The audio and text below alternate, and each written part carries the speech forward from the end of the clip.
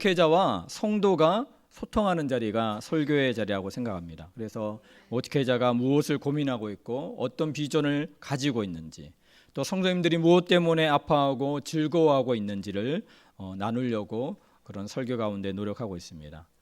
그래서 저의 설교를 좀 들어보면 저의 삶의 이야기나 아니면 성도들의 삶의 이야기를 할 때가 많습니다. 어떤 저의 부족한 부분도 있겠고 아니면 또 승리한 부분도 있습니다. 부족한 부분을 들으면서 아유, 목회자도 똑같네, 돛진 개찐이네, 이렇게 생각하지 마시고 목회자를 위해서 기도해 줘야겠구나, 그런 마음을 먹으시면 감사하겠습니다.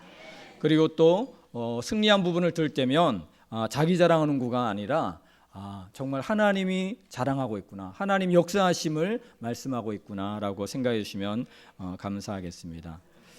이제 제가 이제 세 번째 오늘 우리 2, 3부 예배를 하게 됩니다. 2, 3부 예배를 제가 3부 예배를 잘 참석하다 보니까 저번 주에도 우리 하나 실수를 했는데 이번 주에도 오늘 실수를 제가 합니다. 이제 다행히 다음 주에는 다른 분이 하시기 때문에 실수를 아마 보지 않으실 것 같습니다. 제가 이제 2, 3부 이렇게 설교를 하게 되면서 어떤 권사님이 그러시더라고요. 제가 목사님 보면서 요새 우리 고재원 목사가 2, 3부 설교하면서 떨지 않게 기도해 주세요. 그러면서 이렇게 기도하고 있다고 합니다. 그래서 제가 많이 떠는 사람인데 조금 떨면서 기도하는 게 아마 그분의 기도 덕분인 것 같습니다. 그래서 기도해 주신 여러분들 감사합니다. 그래서 만나는 분마다 그렇게 얘기를 하시더라고요. 고 목사님 설교 죽만 쓰더니 요새 그래도 밥을 좀 하시네요. 이러면서 설교 잘 하신다고 이렇게 은혜 받았다고 얘기를 해 주시더라고요. 근데 금요일 날 우리 문대근 목사님이 설교를 하시는데 자기를 요새 많이 한 8분 정도가 칭찬을 자기를 해주더래요. 그래서 자기 입꼬리가 싹 올라가면서 그러면서 명성교회 10만 명 되는 그 사람들이 우리 목사님에 대해서 칭찬하면 정말 교만해지지 않을 수 없겠더라고. 그러면서 자기 8명 칭찬 들었는데도 그렇다고 하면서 저는 8명은 아닌데 한 5분 정도가 저에게 이렇게 좀 칭찬하더라고요. 그러면서 제가 어떻게 보면 담임 목사인 줄 알고 착각하고 아니면 명설교가인 줄 착각하고 있을 때가 있는데 저는 이제 이번에 설교하면서 저의 자리는 세례 요한의 자리구나, 그렇게 생각하게 되었습니다. 오실 분을 예비하는 자리, 그리고 나는 세아야 되었고 그분은 흥해야 되는 그런 자리라고 생각하게 되었습니다.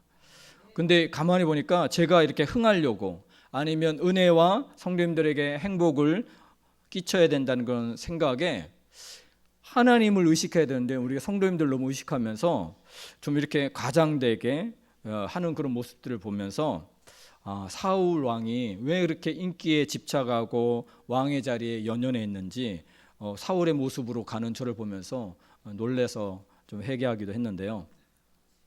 여러분들이 정말 오실 목사님을 위해 기도할 때 우리 설교자로서 하나님과 사람 사이에 가교하는 역할이지만 바로 사람을 너무 의식하지 아니하고 오로지 코람데오 하나님 앞에서 하나님 말씀을 전하는 그런 분들이 되길 위해서 기도해 주시면 감사하겠습니다.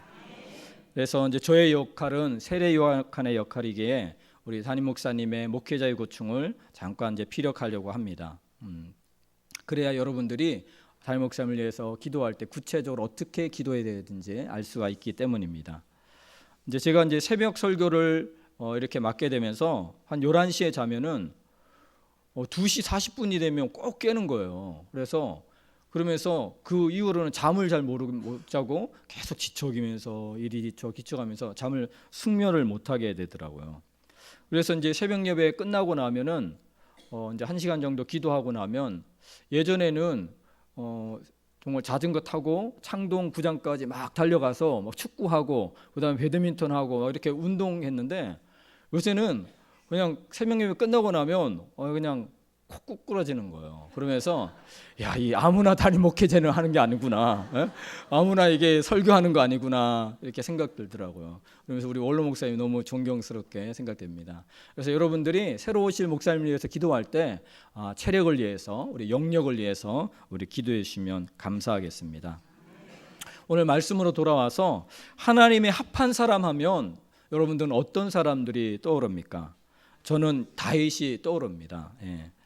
이번 주가 우리가 교회 창립 기념주일입니다. 우리 60주년을 맞이하게 되는데, 아까 우리 성도의 나눔 시간에 우리 박수를 쳤던 것처럼 정말 우리 원로 목사님과 또 우리 어르신들이, 여러 우리 원로 장로님들, 또 권사님들, 많은 분들의 그 땀과 수고로 우리 교회가 이렇게 섰고 또 앞으로도 더욱더 우뚝 서게 될 것을 확신합니다. 그래서 우리가 더욱더 우리 교회가 든든히 서가기 위해서 우리 목회자나 성도가 하나님의 마음에 합한 사람이 되어야 되는데, 그럼 하나님의 마음에 합하다는 것은 어떤 것인지 좀 살펴보도록 하겠습니다. 이 사울이 어떻게 보면 이스라엘의 제1대 왕이었습니다. 사무엘의 마음은 너무나 슬펐습니다. 왜냐하면 이스라엘 백성의 1대 왕으로 사울이 뽑아놨는데 실패작이었기 때문이었습니다. 사울은 어떻게 보면 외형적으로 볼 때는 사람들보다 기골이 장대하고 그리고 용사가 많은 베냐민 지파 출신들이었습니다. 그래서 베냐민 지파 하면 힘들이 센 그런 사람들이 많아서 이스라엘의 건국 공신들이 많았습니다. 그렇기 때문에 그는 그런 훌륭한 지파의 사람이었습니다. 그런데 외적으로는 좋아 보였지만 하나님을 의식하는 것이 아니라 백성들의 평가 그리고 백성들의 인기에 연연했던 것을 볼 수가 있습니다. 그리고 하나님의 뜻, 하나님의 말씀보다는 자기의 체면을, 자기의 뜻을, 그리고 자기를 너무나 사랑했던 사람이 바로 사울이었습니다. 그래서 하나님께서 명령했습니다. 아말렉 사람은 한 명도 살려두지 마라. 그리고 짐승들도 다 멸하라. 그리고 아말렉 왕 아강을 죽여라 라고 그렇게 말했는데, 이 사울 왕이 자기 인간적인 머리로 생각하는 거예요. 야, 짐승들 좀 살려놨다가 제사 지내면 좋을 것 같은데, 그리고 아강도 살려놨다가 어떤 정치적인 타협할 때 써먹으면 좋을 것 같은데, 그러면서 하나님의 명령을 자꾸 타협하면서 지키지 않게 됩니다. 그래서 사무엘 선지자로부터 엄청난 충격적인 말을 들읍니다. 사울 왕이시여, 당신이 여호와의 말씀을 버렸으므로 왕이, 하나님이 당신을 버렸습니다라는 엄청난 충격적인 말을 듣게 됩니다. 그러면 거기에서 거꾸러져서 제가 잘못했습니다. 정말 제가 잘못했습니다. 회개합니다. 돌이킵니다라고 회개하면 되는데, 오히려 사무엘의 바지를 잡고 늘어지는데, 회개의 그런 어떤 몸짓이 아니라 나의 체면을 세워주기 위해서 하나님 앞에 예배드리고 할 때 저와 같이 동행해 주세요라고 그렇게 말합니다. 바로 나의 체면을 살려달라고, 왕의 체면을 생각하는 그의 모습을 보면서, 야, 정말 하나님이 함께 하시지 않으면, 성령이 임재하지 아니하면 우리도 이렇게 추하게 변할 수가 있구나. 정말 끝이 아름다운 사람이 되기 위해서 우리가 정말 끝까지 기도해야 되겠다라고 생각하게 되었습니다. 여러분들도 정말 끝이 아름다운 사람, 하나님 앞에 정말 웰다잉할 수 있는 그런 분들이 되기 위해서 계속해서 기도하며 나아갔으면 좋겠습니다. 이 사도 바울은 하나님의 판단은 아무렇지도 않았습니다. 오로지 사람들이 어떻게 판단할까, 그래도 내가 왕인데 자기만 생각하는 것이 정말 추한 왕의 모습을 보였습니다. 그런 사울 왕의 모습을 보면서 사무엘이 통곡을 하며 깊은 슬픔에 잠겨 있습니다. 그래서 깊은 슬픔에 잠겨 있다 보니까 하나님께서 내가 언제까지 슬퍼하느냐, 내가 언제까지 슬퍼하고 있느냐, 내가 언제까지 슬퍼하고 있느냐 하면서 이 사무엘에게 하나님께서 나타나고 있습니다. 저는 이 구절을 읽으면서 이 구절이 바로 하나님이 우리 교회에 해주시는 그런 말씀이겠구나. 내가 언제까지 슬퍼하고 있느냐, 내가 언제까지 슬퍼하고 있느냐, 일어나라, 일어나라, 우뚝 일어서라, 그렇게 말씀하고 있는 것이 바로 하나님이 오늘 우리에게 말씀하고 있는 음성이라고 생각됩니다. 그래서 사무엘이 우뚝 일어서서 이스라엘 2대 왕에게 기름을 붓기 위해서 이새의 집으로 가게 됩니다. 그래서 이새의 아들들을 보러 갔는데 첫 번째 아들이 그 사무엘 앞에 지나갑니다. 엘리압입니다. 그런데 너무 잘생긴 거예요. 너무 키가 큰 거예요. 그래서 남자답고 부리부리하게 생겼으니까 야, 이 사람이 기름 부을 만한 사람이구나라고 그렇게 마음을 먹습니다. 그런데 하나님이 뭐라고 말씀하십니까? 그의 용모와 키를 보지 말라. 내가 이미 그를 버렸노라. 내가 보는 것은 사람과 같이 아니하니 사람은 외모를 보거니와 나 여호와는 중심을 보느니라. 그렇게 말씀하고 있습니다. 그래서 정말 우리가 중심을 볼 수 있는 그런 안목이 있는 우리 교회가 되길 바라고 여러분 되길 바라겠습니다. 저는 이 구절을 읽으면서 용기가 생기더라고요. 하나님께서 용모와 키를 보지 않는데요. 제가 좀 쇼다리지 않습니까? 그래서 하나님이 그래도 키를 보지 않는구나. 그래서 이 구절을 보면서 용기를 얻었는데 좀 웃으시고 위로가 되는 분들이 좀 있으신 것 같아요. 여러분들도 힘을 얻으시기 바랍니다. 다윗 왕은 왜 하나님께 선택을 받았을까요? 바로 성령의 사람이었기 때문이었습니다. 악령에 지배받고 있는 그 사울을 향해서 수금을 타게 되면 바로 그 성령에 지배받은 그 수금 소리에 의해서 악령이 떠나가게 된 것들을 볼 수가 있습니다. 그래서 사무엘상 16장 13절에 보니까 사무엘이 기름불병을 가져다가 그의 형제 중에 그에게 부었더니 이날 이후로 다윗이 여호와의 영에게 크게 감동되니라. 여호와의 영이 뭡니까? 바로 성령, 여호와의 신입니다. 힘으로도 아니 되고 능으로도 아니지만 여호와의 신으로 말미암아 되느니라 말씀하고 있는 것처럼 바로 성령의 사람이 다윗이었던 것을 볼 수가 있습니다. 그가 그래서 성령과 함께 갈 때 모든 전쟁 가운데 승리하는 것들을 볼 수가 있습니다. 심지어는 왕의 자리에서 쫓겨나가는데도 바로 성령과 함께 하니까 그의 마음이 평정심으로 유지되고 있는 것들을 바라볼 수가 있습니다. 저와 여러분들이 다윗처럼 바로 성령에 감동되는 사람, 성령의 사람 되는 하나님의 마음에 합한 사람이 되기를 바라겠습니다. 오늘 우리 본문으로 돌아와서 우리 빌립보서 3장 3절을 한번 보겠습니다. 봉사하는 자가, 사역하는 자가 어떤 사람이 될 때 하나님 마음에 합한지 우리 3장 3절 스크린에 한번 비춰주시면 감사하겠습니다.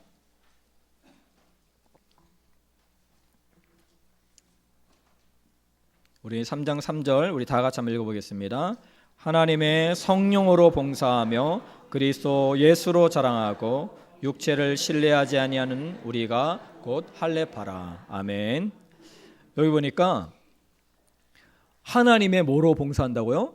성령으로 봉사하며 그리스도 예수로 어떻게 한다고요? 자랑한다라고 말하고 있습니다. 바로 하나님의 마음에 합한 사람은 하나님의 성령으로 봉사하는 하나님의 성령의 사람인 것입니다. 그리고 예수로 자랑하는 것입니다. 사도 바울은 이새의 아들, 첫째 아들 엘리압처럼 어떻게 보면 육체에 신뢰할 만한 것들이 많았던 사람입니다. 외적인 소유가 많았던 사람입니다. 우리 계속해서 한번 4절 6절 한번 읽어보겠습니다. 4절 6절 우리 스크린 보시면서 4절 6절 한번 보겠습니다. 그러나 나도 육체에 실만 안 하며 만일 누구든지 다른 이가 육체를 신뢰할 것이 있는 줄로 생각하면 나는 더욱 그러하리니. 5절 나는 8일 만에 할례를 받고 이스라엘 족속이요 베냐민 지파요 히브리인 중에 히브리인이요 율법으로는 바리새인이요 열심으로는 교회를 박해하고 율법에 의뢰는 흠이 없는 자라. 아멘. 그렇습니다. 여기서 8일 만에 할례를 받았다는 건 뭡니까? 태생적으로 유대인이라는 거죠. 후천적으로 돈을 주거나 그렇게 산 것이 아니라 선천적으로 유대인이었다는 거죠. 그리고 지파 중에서 무슨 지파라 그랬죠? 바로 베냐민 지파. 이 베냐민 지파에 대한 자부심이 많았는데 정말 용사가 많아서 건국공신이 많았던 그 베냐민 지파 중에 한 사람이라는 것입니다. 그리고 바리새인으로 철저하게 금식하였고 율법의 의료는 흠이 없다라고 그렇게 말했습니다. 그런데 이런 외적인 소유가 외면적인 이 많은 자랑거리가 사도 바울은 뭐라고 말했습니까? 해다. 나의 가시가 된다라고 그렇게 말했습니다. 왜 해가 되었을까요? 바로 자기 자신에 대한 외적인 소유가 자기를 비우는 데 거침돌이 되기 때문입니다. 이 자기가 많으면 자아가 많으면 누가 역사를 하지 못하는 겁니까? 성령이 역사를 못하게 되는 것입니다. 우리의 자아가 완전히 깨어져서 박살나서 부서져야 죽어야 바로 우리 안에서 성령이 자유롭게 역사하게 되는데 바로 자기가 너무나 살아 역사하기 때문에 성령께서 역사할 수가 없다는 겁니다. 우리의 배경을 의지하게 되고 우리의 인맥을 의지하게 되고 우리의 물질을 의지하게 되니까 성령님이 일할 공간이 없는 것입니다. 그래서 사도 바울은 그 모든 것이 배설물이고 해라라고 그렇게 말씀하고 있는 것입니다. 사도 바울의 실제적인 사례를 봐도 그렇습니다. 사도 바울이 바나바의 추천에 의해서 사도로 이렇게 사역할 수가 있었거든요. 그렇기 때문에 바나바가 그의 어떤 영적인 멘토였습니다. 그런데 이 마가 요한하고 같이 우리가 선교 여행을 떠나자고 바나바가 추천을 하게 됩니다. 그런데 이 마가 요한은 어떤 사람이었냐면 바울과 함께 우리 선교여행을 떠나다가 도중에 너무 힘들어서 도망간 사람이에요.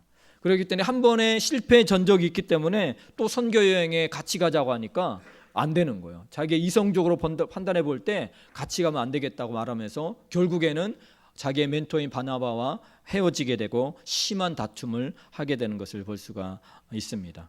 그것처럼 어떻게 보면 자기의 그런 어떤 의를 내세우게 될 때 바로 성령이 역사하지 못하고 갈라짐과 싸움이 있게 되었습니다.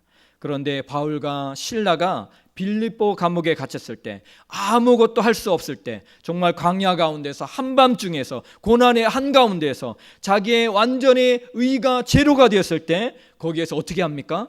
성령을 의지해서 기도하게 되니까 옥토가 움직이게 되고 묶였던 것들이 풀려지게 되고 문들이 열리는 역사를 경험하게 됩니다. 그렇습니다. 바로 내 힘으로 내 생각으로 할 때는 성령의 역사가 나타나지 않지만 오히려 한계 상황 가운데서 성령이 열사할 수 있는 좋은 기회가 되었던 것입니다. 그러므로 여러분들 가운데서 광야 가운데 밤중 가운데서 그렇게 묵적했던 것이 있다면 이제 내가 성령을 의지하게 되면 성령께서 일하실 차례가 오겠구나라고 기도하시면서 여러분들이 나아가는 저와 여러분들길 바라겠습니다. 그래서 이번에 오시는 목사님이 정말 그런 어떤 자신의 한계 속에서 기도할 때 성령으로 돌파하는 성령의 사람이 오시길 위해서 기도하시길 바라고, 여러분들도 벽에 부딪혔을 때, 한계에 부딪혔을 때 바로 성령을 의지하며 그것을 뚫고 나갈 수 있는 저와 여러분들 되길 바라겠습니다. 하나님의 마음에 합한 사람 두 번째는 아까 말했던 것처럼 예수로 자랑하는 사람입니다. 이것은 다시 말하면 나는 죽고 그리스도의 사심을 경험하는 사람이라는 것입니다. 사도 바울은 자기의 모든 의도 죽었다라고 말하고 있습니다. 바로 자기의 지파도 바리새인이라는 그런 직분도 율법의 의도 십자가에서 다 죽었다라고 그렇게 고백하고 있습니다. 자기는 십자가에 죽었고 철저히 그리스도 안에서 자기 자신의 정체성을 찾는다라고 고백하고 있습니다. 우리 말씀 한번 보겠습니다. 우리 9절 말씀을 우리 믿음의 고백으로 한번 선포하며 읽겠습니다. 9절 말씀 한번 보겠습니다. 네, 우리 다 같이 읽겠습니다. 그 안에서 발견되려 함이니 내가 가진 의는 율법에서 난 것이 아니요 오직 그리스도를 믿음으로 말미암는 것이니 그 믿음으로 하나님께로부터 난 의라. 아멘. 예. 그가 어디에서 발견된다고 말하고 있습니까? 그리스도의 십자가에서 발견된다라고 그렇게 말하고 있습니다. 그는 무엇을 믿었습니까? 내가 그리스도와 함께 십자가에 못 박혔나니 그런즉 이제 내가 사는 것이 아니요 내 안에 누가 사는 것이라고요? 바로 예수 그리스도께서 사신 것이라. 이제 내가 육체 가운데 사는 것은 나를 사랑하사 나를 위하여 자기 아들을 죽이신 그 하나님을 믿는 믿음으로 사는 것이라고 그렇게 사도 바울은 고백했습니다. 그렇습니다. 바로 그는 자신의 죄와 허물뿐만 아니라 자기의 자랑거리도 십자가에 못 박았습니다. 그의 정체성은 전도의 연쟁 가운데서 몇 명이 돌아왔느냐, 그것도 자기의 정체성이 아니었습니다. 자기가 1차, 2차, 3차의 그런 선교의 여행을 했다는 그것도 자기의 정체성이 아니었습니다. 수많은 기적을 체험했도 그것도 자기의 정체성이 아니고 오로지 바로 십자가 안에서의 그리스도의 생명, 그리스도의 부활의 능력, 그것이 바로 자기의 정체성이라고 고백하며 나아가는 그를 발견할 수가 있습니다. 바로 그래서 그는 바로 예수님이 바로 자랑거리였습니다. 철저하게 그는 절대 의존하며 십자가를 의지하며 예수 그리스도의 능력을 의지하며 예수 그리스도의 십자가를 의지하며 나아갔던 것을 바라보게 됩니다. 저와 여러분들도 바로 절대 의존하며 십자가를 의존하며 예수 그리스도의 생명을 의지하며 나아가는 저와 여러분들 되기를 바라겠습니다. 왜 우리가 교만하게 됩니까? 왜 우리가 자고하게 됩니까?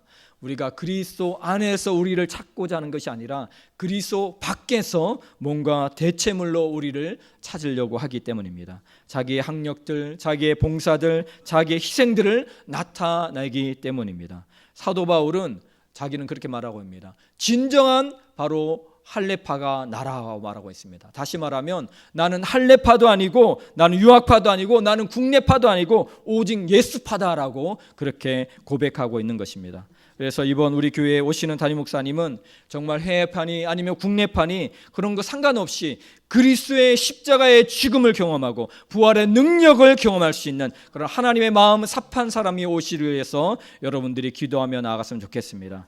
그리고 우리도 그러한 사람이 되어야 할 것입니다. 왜 우리가 침울해야 합니까? 왜 우리가 걱정합니까? 우리가 성공을 지향하고 외적인 성과를 지향하기 때문입니다. 이것들은 바로 예수 그리스도의 생명력으로 살아갈 때 부가적으로 오게 되는 것입니다. 바로 때로는 하나님께서 우리에게 자아를 의지하지 아니하고 철저하게 예수 그리스도의 십자가 붙들며 나가게 하기 위해서 우리를 고난 가운데, 우리를 한계 가운데, 광야 가운데 넣을 때가 많이 있습니다. 그래서 여러분들이 내 힘으로 안 되는 상황이 있다면, 내 능력으로 안 되는 상황이 있다면, 정말 고난의 가운데, 광야 가운데, 감옥 가운데 있는 그런 상황이라면 오히려 기뻐하십시오. 왜냐하면 여러분들이 그 가운데서 하나님이 일하실 때이기 때문입니다. 그리스도의 생명이 역사하실 때이기 때문입니다. 그래서 여러분들이 고난 가운데 좌절하지 말고 정말 하나님 이제 당신이 일하시옵소서, 그리스도의 생명이 일하시옵소서, 그리스도의 능력이 일하시옵소서, 그렇게 절대 의존하며 그리스도의 십자가 붙들고 나아가는 저와 여러분 되길 바라겠습니다. 우리 결론을 맺습니다. 바로 하나님의 마음 합한 사람은 누구입니까? 성령으로 봉사하는 성령의 사람입니다. 바로 포도나무가 바로 가지가 포도나무에 붙들려 있는 것처럼 정말 붙어 있듯이 밀착해야 됩니다. 항상 밀착하며 절대 의존하며 성령을 의지하며 나아가게 될 때 우리 안에서 성령의 능력이 나타나게 될 것입니다. 우리 가정 가운데, 우리 교회 가운데 그렇게 성령으로 봉사하는 저와 여러분들이 많아지기를 소원합니다. 우리 두 번째로 바로 하나님의 마음에 합한 사람 누구입니까? 그리스도로 자랑하는 사람입니다.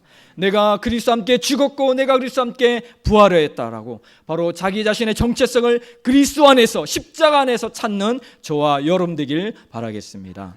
이 시간에 우리 한번 저를 따라서 한번 고백했으면 좋겠습니다. 내가 그리스도와 함께 십자가에 못 박혔나니 그런즉 이제 내가 사는 것이 아니요 오직 내 안에 그리스도께서 사시는 것이라. 아멘. 이 시간 우리 봉헌송을 우리 십자가 그 위에 나 죽었네 우리 찬양하시면서 하나님 그렇습니다. 십자가에서 죽었음을 고백하며 믿음으로 받아들입니다. 그렇게 고백하시며 나가겠습니다.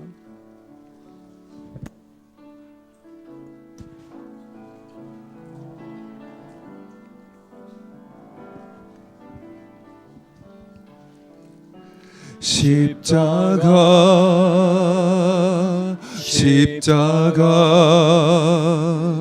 그 위에 나 죽었네. 그 사랑 내 속에